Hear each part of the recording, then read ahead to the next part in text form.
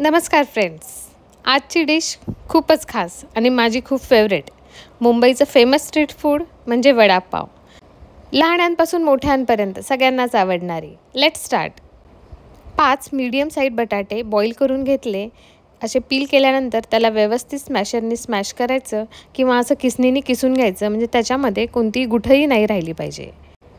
नंतर एका पॅनमध्ये थोडंसं 1 चमचा तेल, थोडीशी मोहरी व्यवस्थित तडतडली, नंतर थोडेसे जिरे, कढीपत्ता व्यवस्थित बारीक करून टाकायचा। नंतर हिरवी मिरची, लसूण, अद्रक ह्याची पेस्ट टाकायची। ती व्यवस्थित परतून घेतल्यानंतर हळद टाकायची आणि नंतर आपण किसून घेतलेला बटाटा ॲड करायचा आणि मसाल्यामध्ये तो व्यवस्थित मिक्स करून घ्यायचा। चवीनुसार मीठ आणि थोडीशी कोथिंबीर आणि थोडासा लिंबाचा रस, त्याच्यामुळे ह्या बॅटरला छानसा असा टँगी फ्लेवर येतो। हे मिश्रण व्यवस्थित मिक्स झाल्यानंतर त्याला थोडा वेळ थंड होण्यासाठी ठेवायचं। तोपर्यंत आपण चटणी बनवून घेऊयात। तर सर्वप्रथम एका बाउलमध्ये मी 4 वाटी बेसन पीठ घेतलेलं आहे। त्याच्यामध्ये थोडीशी हळद, थोडंसं चवीनुसार मीठ, लाल तिखट आणि थोडासा ओवा असं ॲड करून त्याचे व्यवस्थित एक पेस्ट बनवून घेतली। ह्या बेसन पिठाच्या बॅटरची कन्सिस्टन्सी काही अशा प्रकारे असली पाहिजे। वडे तळण्यासाठी आणि लाल चटणी बनवण्यासाठी हेच बॅटर वापरलं जातं। तर एका पॅनमध्ये मी तेल गरम करत ठेवलं आणि त्याच्यामध्ये हे बॅटर असं हाताने सोडलं।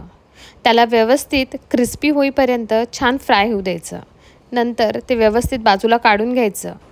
पॅनमध्ये थोडी हिरवी मिरची पण फ्राय करून घ्यायची। फ्राय करणारी मिरची आधी सेंटरमधून थोडीशी स्लिट करायची, म्हणजे ती अंगावर उडणार नाही। नंतर लसूणसुद्धा फ्राय करून घ्यायचा। लसूण हा त्याच्या सालीसकट असलेला पाहिजे।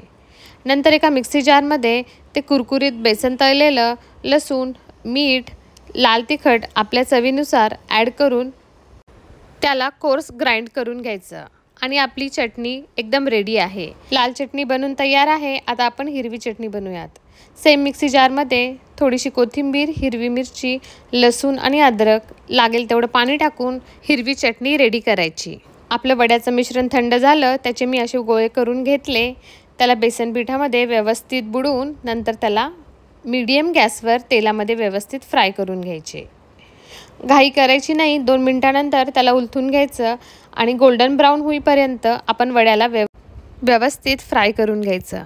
आणि आता आपले वडे एकदम रेडी आहेत। चला तर आपला वडापाव आपण व्यवस्थित असेंबल करून घेऊयात। व्हिडिओत दाखवल्याप्रमाणे पावला व्यवस्थित चटणी लावून अशा प्रकारे त्याला रेडी करायचं। ह्या दोन्ही चटणीशिवाय वडापावला मजा नाही। आणि आपलं मुंबईचं फेमस स्ट्रीट फूड, सगळ्यांचंच फेवरेट वडापाव बनून तयार आहे। तुम्ही ही रेसिपी नक्की ट्राय करा आणि मला कमेंट करून कळवा की तुम्हाला ही कशी वाटली। आणि माझ्या चॅनलवर नवीन असाल तर सबस्क्राईब करायला विसरू नका। Thank you for watching.